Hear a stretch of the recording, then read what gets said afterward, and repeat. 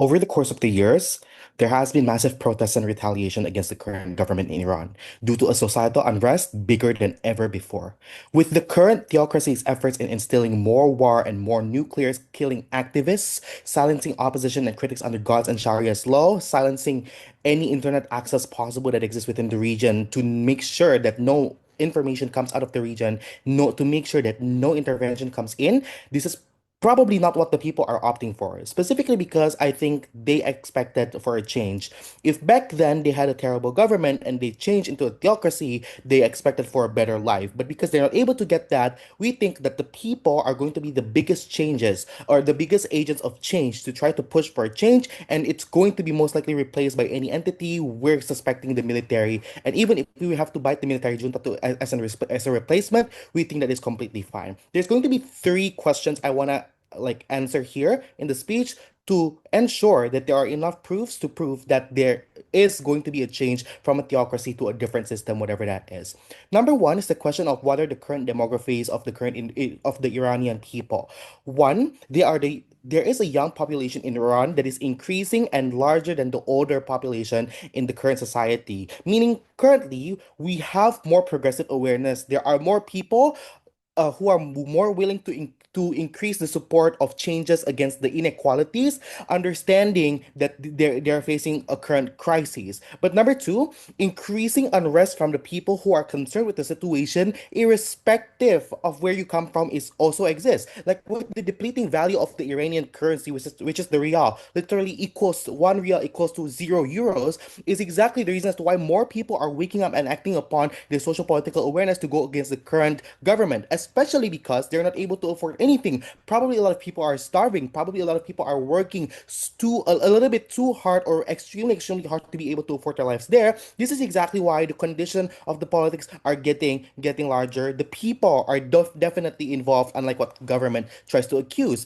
because this means that there are a lot of protests, and that's historically proven over the past few years that there are a lot of bloods that have been spilling throughout the nation. But the second question is, what are Iran's current conditions, right? I think this is very important to understand that this is the reason as to why, to begin with, there is a shift or there is a change. So back then, I want to first explain the historical analysis as to why then Iran turned into a theocracy, right? So Justin's POI was true that Iran wasn't always a theocracy. Like back then, there was a Shah, there was a king that operated under the Islamic law. But because there is failure there and the people were trying to seek a better life in the next form of government, that's exactly why the overturn happened, and that's why there is theocracy. So this is basically the reason, the entire reason as to why, therefore, they wanted to change. They think that it will be good. But right now, it's turning to the worst. So it's very important to understand that the people have been attempting to find better governments over the course of many years. But what are the three current situations that is basically the last straw for a lot of these people? One is massive protest and anger over the death of Masa Amini. Masa Amini within the nation is an important figure because Masa Amini is a progressive activist that fights for the rights of marginalized communities, which includes women. But what happened to Masa Amini? Masa Amini was captured, was deemed unimportant, and was killed. Eventually, people think that the government is completely evil because a lot of people's rights within the nation are completely tampered by the government. But because Masa Amini fought for that, the government felt like it's rightful to attack Masa Amini, take them from the house, and then murder them inside of the prison. Two is the economic failure that's very obvious. Like the regime has failed the people economically because since the government has failed in providing commodities for the people, there has been protests about food, about fuel, about water. Like this increases the distrust and unrest of the people, which brings them to question, why is our government so messed up that we're supposed to put trust in this again? Like understand that a lot of these people and the majority of Iran are Muslims. In Islam, pretty much governments are not supposed to betray their own people, and governments are not supposed to not nurture them. So it's the fact that because there is such a huge mistreatment, then people are starting to shift and believe that a theocracy, even a belief under the supervision of God, is no longer sufficient with these hands of the people, and that's why they want them off the system. But thirdly, it's also the idea that the religious implementation of the regime has gone too far. Why? This is historically proven because people within Iran, or far religious conservative people, I would say, because they're the ones who care so much about the religion or the implementation of religion specifically within the region, has been going against the system, specifically because this shows the lack of capability of people within or government officials to be able to show that they have enough Islamic compassion to be able to care for the people, but most importantly, even protect their own individuals. Like what they care so much is all about greed and all about their ill intent against the people. So this proves that there is a massive domestic unrest that's currently ongoing in Iran, and it's exactly the reason as to why, because that there is a massive protest within. We think that that's the reason as to why the system is most likely going to be overturned by the people with the massive protests. Before I proceed, any POIs? Your case is a case that argues the prediction would be a sporadic protest that will happen, but not an entire system change. Why do you think it will happen in 10 years? I think it's the fact that it's been happening very, very recently, right? Showcases that that's the exact same reason as to why they changed from Shah to a theocracy back then. So basically, the reaction of the people sparked into the failure of the system, and they're trying to overturn that. That's the same exact pattern.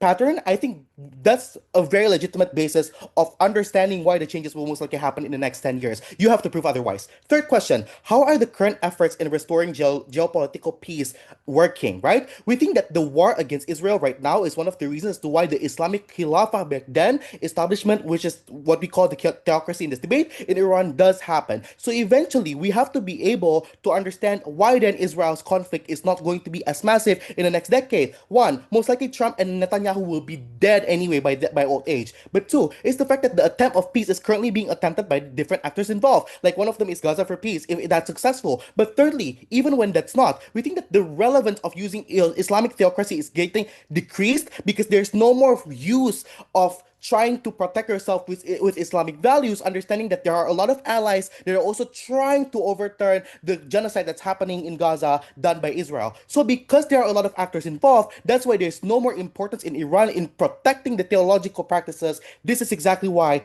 Junta will jump in. Thank you so much for that speech. Now we call upon Deputy Prime Minister. Here. For that fine speech, now to continue the case of the opposition, the leader of all punishers. Here.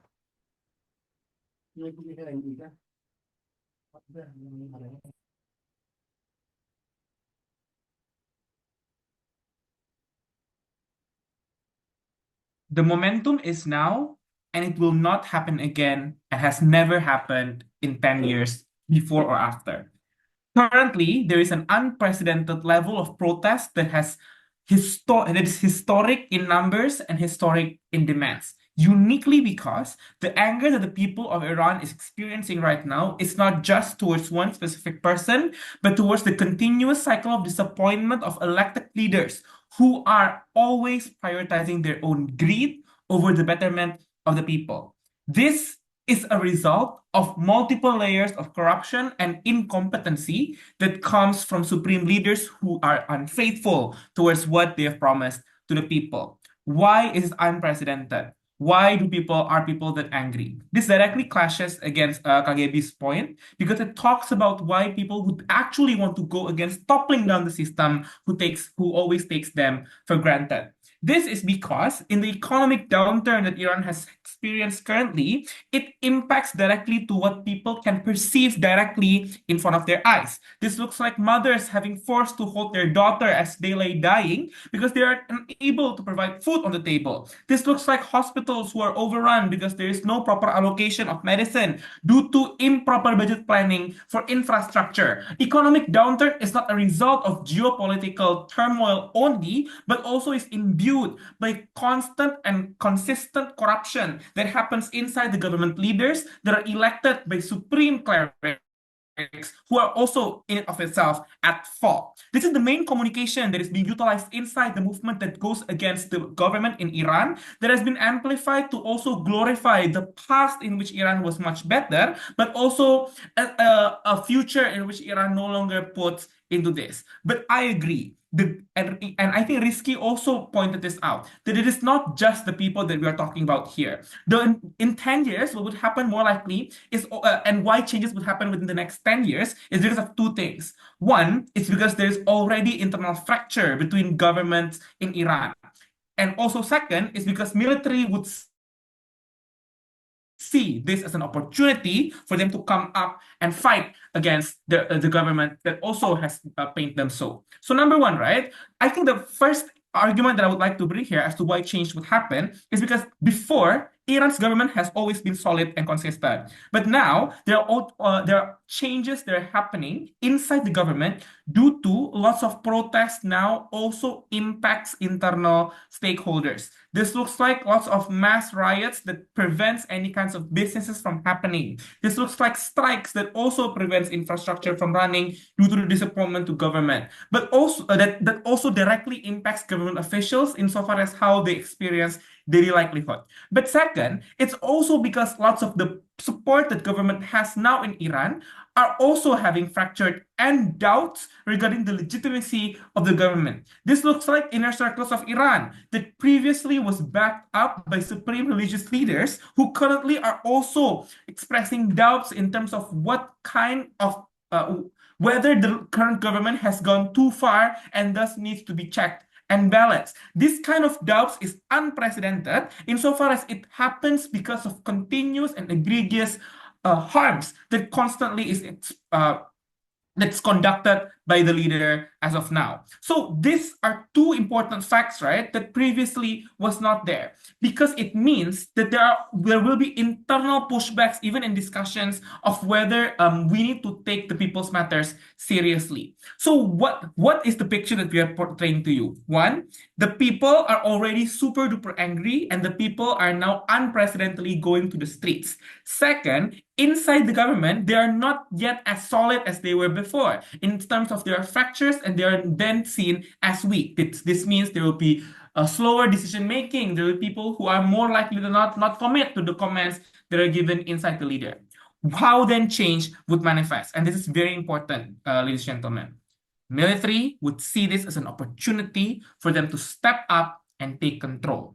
The nature of Iranian's military is unique insofar as they are always very powerful. They've always done well in protecting Iran against external forces, and yet they are never credited in terms of successes that are attributed to the government, as it is always attributed towards the leaders that are elected at that time or the supreme leaders who created the systems to do so. But natures of military is the same in the culture of military is the same in Iran as it is in Guinea or in Mali, where they're more likely than not want to step up and take more power due to the nature that they feel like they would do a better job. But the reason of why military in Iran would more likely than not create this kind of take this opportunity is because now they would be seen as a hero. They will be seen as a leader who finally takes charge and takes out the control to take control in a situation where people feel like they're constantly disappointed and democratic measures do not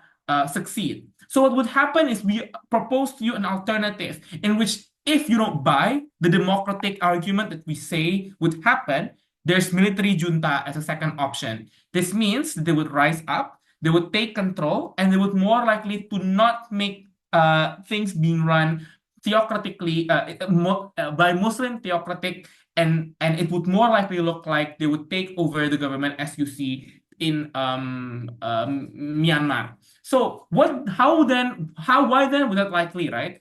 Will be likely? One, is because usually it's because the current government would see that there is a geopolitical opportunity that currently presents itself. Insofar as Netanyahu is more likely than not in the next 10 decades to be even further weakened due to the aggressive natures of attacks that he had done, and seeing that there are a lot of urgencies insofar as the creation of peace talks and board of peace that is led by the United States shows that there is lesser urgency of war to protect against them, that they can now focus on internal matters. Second, it looks like the constant disappointment that they've experienced in the past that propels them internally to say that, I think I can do this better, for example, than the government who has done things and such. Three is that militaries are also impacted in terms of the economic downturn that has been conducted by the country, by the government heads as of now, due to lots of the families and economic impact are personal into the military families. What it does is it will propel them more likely than not to rise up and take control due to the unique nature of situation that happens. If you want to argue about what would happen within 10-year frame, we gave to you different perspectives as to why then change would manifest. Proud to oppose. Thank you so much for that speech. Now we call upon the government with the closest substantive argumentation from the government side. You're here. I'm audible? Audible. Okay. Entire case of opposition team hinges on the idea that today's protest is unprecedented, and this will lead to 10 years change. So if we can prove that this protest will not be enough to change the situation, government team takes this debate. Now, let's talk universal truth. Is 2026 protest is an unprecedented event? Not really. Actually, Iran has witnessed a lot of sporadic protests since 2000s. In 2019, it was a history of the most violent protests in Iran because of the fuel price hike, quite similar to today, actually. The result? Not much. Government silenced the protesters, people killed, no changes. In 2009 is even bigger protest, actually. It was a literal election fraud. The result? Same. Police and military crackdown protests, but not much. Why this can happen in Iran? Because Iran in nature is different from Indonesia or Hong Kong, for example. The government is formed with theocracy. That fear-mongering is a very prominent tactic to run the government. So I think that if opposition wants to claim that this is an unprecedented event, people are angry, they need to prove why the execution will be different than the previous protests that they have not actually explained, right? Tell the second speaker. Now, let's talk about protests, right? Because the majority of the case from opposition talks about protest is currently happening, there's economic decline, people will be angry, and activists killed. My biggest question that is remain unanswered is that what is so different with another event that has happened in the past? There are three rebuttals for this, actually. Number one, reasons to protest in Iran exist right now. We do not negate that, actually. Quoting Elgard, we agree that people are super duper angry. However, anger does not translate to execution. The question is that how would Iranian form a strategic and strong movement? What we predict is a sporadic protest that happen, but not a strong enough protest that will topple down a system so strong. We predict Iran theocracy will be maintained because the government will be able to tackle the protest. Will they be a rich country? We don't think so. Will the economic recover? We don't know, honestly, right? That's not the debate today.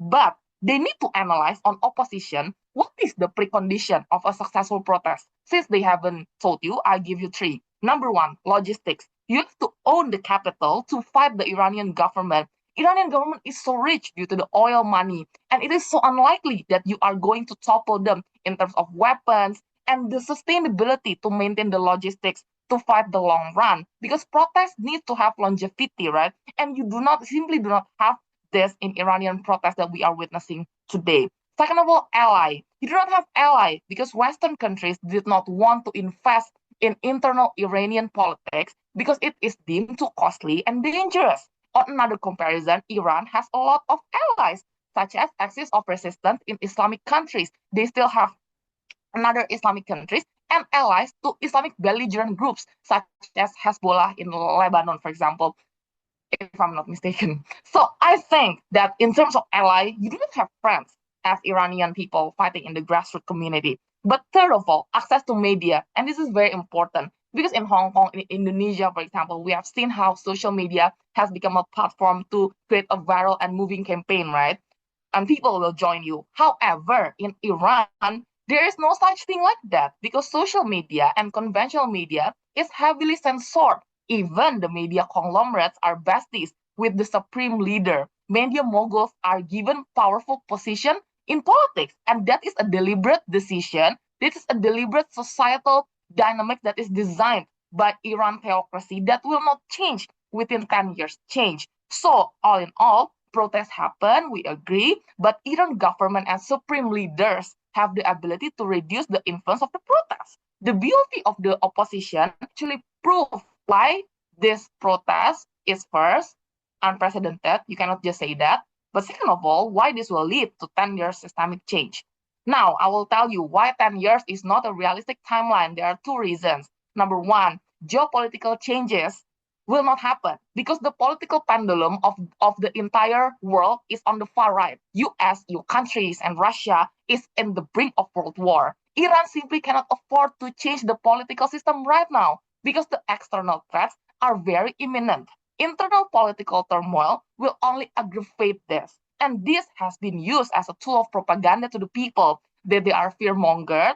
Do not make any mess, otherwise I will silence you, because the external world is very scary right now. And this is a very powerful narrative against increasing price. Second of all, theocracy is the system that makes Iran survive against huge backlash from Western countries. During Obama presidency, US bombed 8 Middle East countries.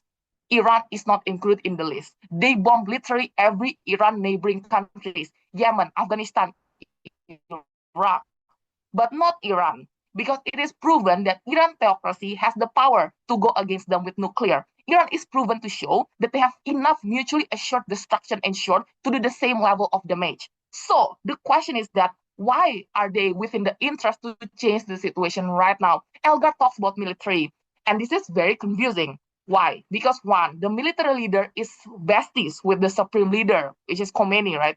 And military incentives to go up will only exist if in the status quo they are not given power, if they are not given money, if they are not given privilege.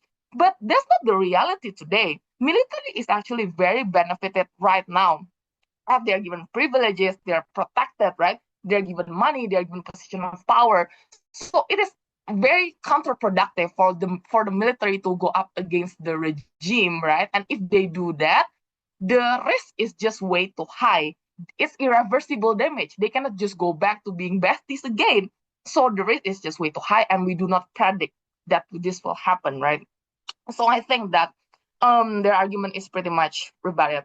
Now, I think what is the manifestation of theocracy that opposition team has not stated, right? We say that that's the only system that can break monarchy, right? Kingdom, like what Justin POI stated. Like what Iran has made this before, right? Why can't they do this now? Well, actually, number one, that's your burden of proof to say that we can repeat the history. But second of all, that's exactly why it cannot happen. Because the monarchy, it was a millennial long. And right now, the theocracy is only started in the 80s, I think, or 90s. And it is just still a way too short of time. People has not accumulated that much anger. So we think that that line of argumentation saying that it has happened before should not be taken into account just because it exists. Very proud to propose. Thank you so much for that speech. Now we call upon the opposition whip to close the main substantive debate. Here. Can I be heard? Yep. POI through chat. 10 years is such a long time. Both world wars were finished and combined happened for less. Regime changes occur overnight everywhere across the world. Difficult is not a strong nor persuasive enough adjective for Gov to win. They have to prove that it is impossible. In opposition, we only need to tell you that it is possible, that it is currently happening, to the extent that there is a possibility that it does happen, unlike what government generally tells you. The general push that Gov gave was to say that this happened before, but no changes existed. I think this conveniently dismissed all of the contextualization that we claimed down the bench from up. Things like access to information, things like liberalization for younger generation, and things like precedent. Because in 2009, as Jessica claimed, there was not yet any coup in the Sahel region in Africa. In 2019, the military uprising was not necessarily given that much funding, unlike now with the conflict with Israel and the increasing development of nuclear weapon in Iran. But in any case, it is an accumulation of the entire protest and entire collective anger that people had made. If it is true that people had been angry against the government as early as 2009, then that means that there has been more than 17 years of the period of anger, which is more than enough for people who lost their loved ones, who generally lose every proprietary like possession that they have in order for them to go against the government, and currently they have the momentum to do so. We claim 4 reasons why Iranian government has been failing in status quo. The first is the demographic reason, right? Because there's a rising of young and informed and liberal younger generation in Iran who probably was not like that religious to begin with, who probably do not really care that much about the authority, the supreme leader given by Allah and stuff like that. There's also domestic issues, like a lot of economic issues where people are starving, people have little to no access to fuel, food, and water, to the extent that they cannot probably go on to continue their life in a dignified sense. There are also geopolitical like issues because Israeli tension is currently lowering. Like Netanyahu is probably gonna die anytime soon, either because he's dying of old age or because he is probably like killed by a random enemy elsewhere. The US is also dying along with Trump and losing a lot of momentum in international fight. So to that extent, it kind of reduces the authority and kind of reduces the legitimacy of the theocratic regime, who practically prides themselves in being the defender of Islam and stuff like that. But there's also historical reason, because regime changes happened in the past. And when theocracy existed, people welcomed the opportunity because they thought that the supreme leader will give them what they expected the supreme leader would give. Things like more prosperity, things like more wealth, things like more welfare. Given that now they have been unable to fulfill that particular promise, it gave all the more reasons for the community to go against the government in order for them in hope to receive like better treatment in the future. Another defense that they gave was the pan-Arab movement. This was a very good idea propagated by Iranian state, but that was before young Iranians realized that such proposal to unite the Arab region is made and executed at the cost of their fuel, food, and water. That was because before people knew that it would cost them Masa Amini and their brothers and sisters who had to sacrifice their lives in order for that particular policy to work. The previous Khilafah and Shah were overturned for far less, in far shorter time than 10 years. Now, a very hard and very consolidated protest occurred all across the nation, continuing to become increasingly violent, increasingly bloody, because the more intense the protest is, the more the government retaliates by shooting people around. That means that the more angry people get. If Masa Amini can be killed, so can your brother, so can your sister. And this is enough for us to win the debate altogether, because we tell you that the situation is dire enough to the extent that people are willing to give up their lives to engage in protest in order for them to change the regime of government. It doesn't really matter whether the regime itself wants to be changed or not. It's the fact that external situation makes it impossible for them to hold into that particular power. Another push that they gave was that there's no concentrated power here. This is just untrue. First of all, concentration happens in mass, but also strategic riots all across the nations, which has been factually true. But even if there's no clear concentrated power, we think that what they can do, even unconcentratedly, is much more than sufficient. We're talking about labor strikes, which disable and cripple economy from within. You have far less supply of food, far less supply of coal. Even the natural uranium or like coal that government talked about must be mined. It must be extracted. If laborers do strike and refuse to extract those particular resources, you have little to nothing to sell. Secondly, is international sanctions, things like disabling supply from the outside, things like vandalism and violation of infrastructure, refusal of individuals to pay taxes. So because they are starving, they're thirsty, and they're powerless. What they want is the Zolim government to experience the same thing that they have been experiencing for far too long. But talking about concentrated power is not a one-dimensional aspect. It can take many forms. We talk about military junta takeovers, such as in West Africa's Sahel region. Elgard told you about the things like bad blood, for example. But also, even if not, even if Jess was correct in pointing out that particular new method in saying that they have like good relationship with the leader, which by the way, I have to be able to respond to that. They are more than likely to be opportunistic. In Sahel, the government had good relationship with the military, but given that the military now sees an opportunity for them to take over to replace the government, they did that anyway because they are opportunistic more than anything. The current supreme leader is almost 90 years old. He has little to no power except for the one granted by Allah, which is getting less and less promising for the young generation. So that probably means that there's all the more momentum for the military to step in order for them to cripple the already weak government, which is already losing trust from the people. But even if it is not that, and the subsequent government is not yet decided, there will be vacuum of power, whatever, it's more than sufficient for us to still win the debate, because we should not underestimate the desperate mass.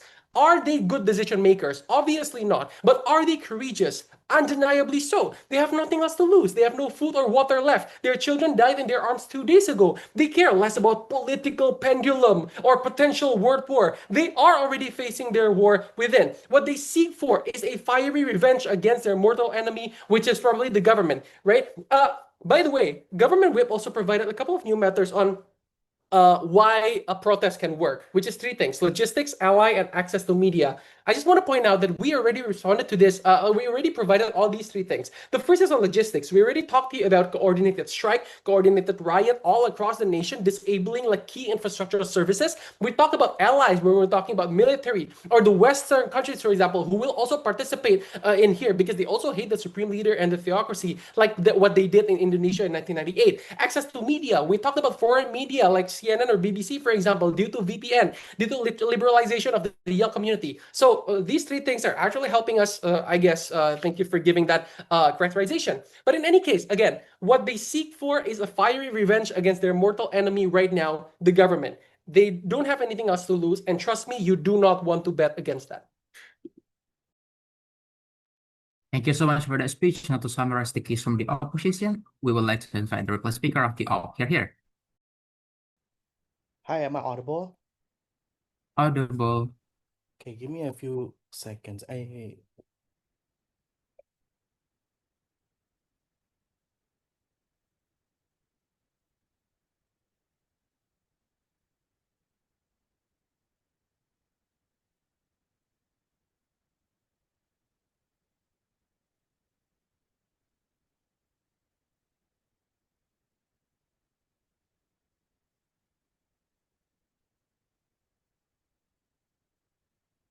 Opposition's case have been nothing but a checklist of all of the possible reasons as to why the Iranian people are most likely going to go crazy.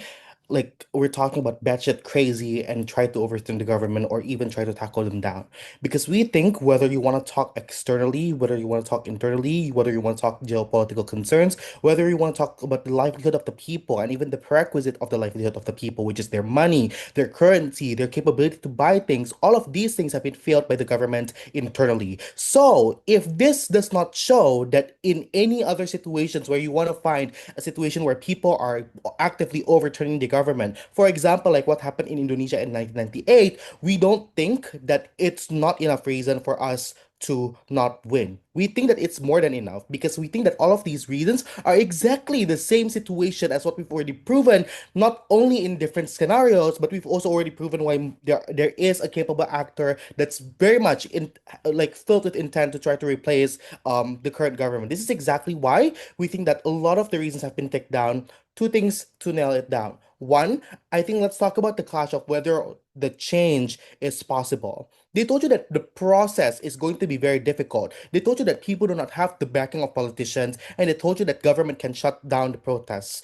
Number one, I think difficulty, as what Justin said, is not equal to impossibility. Like, notice how the conflict has been building up. Masa Amini was killed, and more awareness have been increasing. I think the build-up of frustrations of the people should not be analyzed based on like historical precedents on what happened specifically in 2009 or 2019, but it should be analyzed over time. Like it's exactly because ever since the changes started and it didn't bring any good to the people, that's exactly more than enough reasons as to why people have more than enough incentive to try to overturn the government that exists. But number two, I think it's very true that there are different actors that really want to turn on the government and try to flip them. Like not only are the people strong enough to actually create a lot of protests, as what we've already told you down on 3 speeches before, but also on top of everything, it also includes the military. Like the military is not to be like excluded even when UpWhip tells you with a new contribution that military is suddenly besties with the head or the supreme leader within the government. Because the issue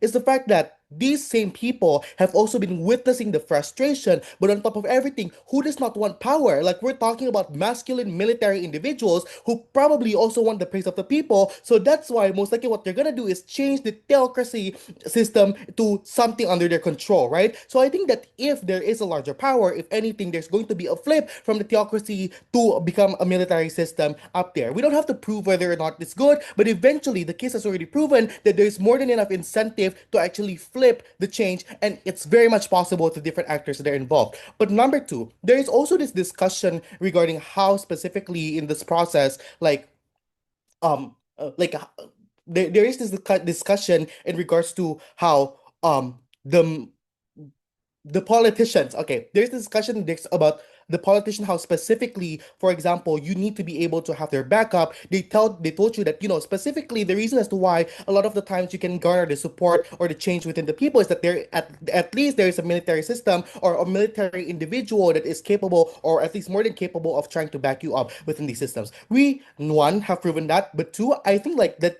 there is a huge undermining that's currently happening within the case of government specifically. I think there was no enough analysis to actually prove why specifically a lot of the frustrations here, one, is not to be undermined, but two, I think there was no enough analysis to explain, like, just because they're besties, like this, we're talking about military powers that have been funded for so many years. Like, even when you talk about 2019, I think 7 years have passed since then. That's enough power for them to actually already grow a nuclear power. So we don't see why they do not have the power to specifically overturn. So if the conflict is on the fact that, one, nobody's going to back them up, one, definitely someone will, but two, if we're talking about frustration, we don't know what else to tell you, but we should win.